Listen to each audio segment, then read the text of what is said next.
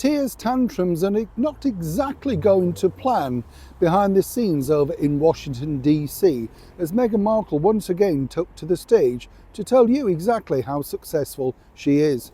As ever, chums, let me explain. Morning, good to see you. Nice to have your company and welcome one and all. Brand new subscribers, it's always nice to see you. You're keeping well. I know there's a spider's web there, isn't it? That's not because I've opened my wallet. I know many of you are thinking that, of course. I could tell. Yes, I know these things. If you know me well, of course, you know I don't like to open the wallet often. Well, every once in 10 years or so, just to check there's still the money in there. King George's face on the notes. But apart from that, of course, you don't need to worry, do you? There's no need to spend in this world.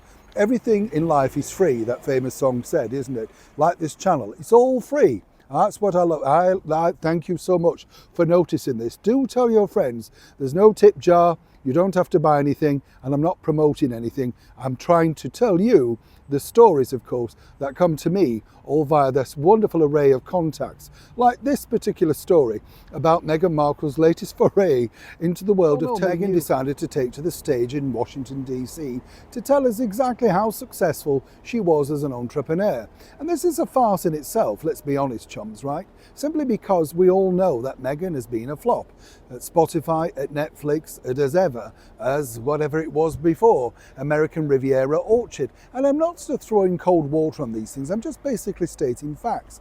I love the way that the interviewer, as I pointed out the other day, never questioned anything that Meghan said, did, or indeed counteracted the fact that, well, no, Netflix have dumped you and you've got one more show. I know this doesn't make very good copy, particularly if you're sitting there and you want to make sure that you get something out of the interviewer. But she absolutely got nothing out of Meghan.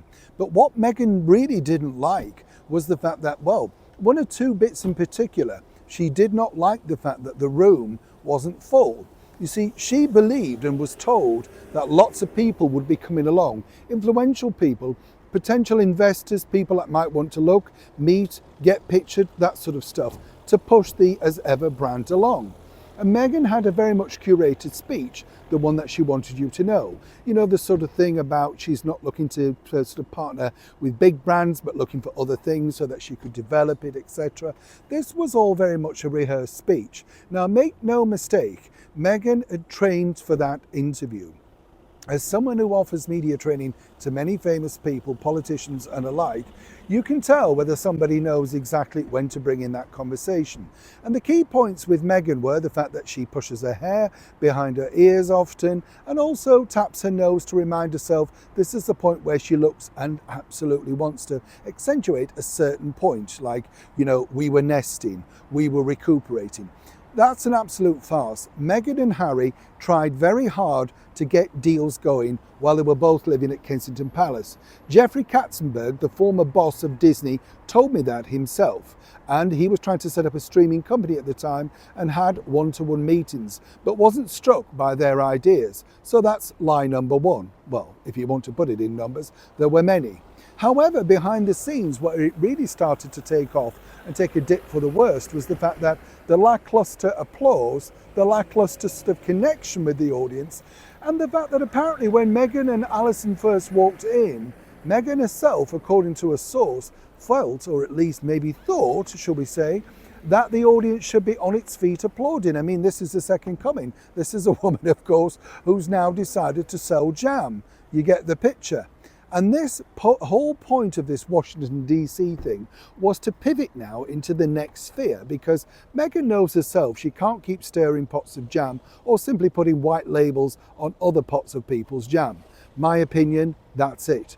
Now, where she's trying to go next, who knows? Because clearly the chat with the Vogue woman, and I told you about the other stuff attached to that, that's really going nowhere. However, in true Meghan form, behind the scenes, there were tears. Oh yes, tears apparently about the way that she was received and the reception. And only the reassurance of her very much highly paid team did it manage to placate her.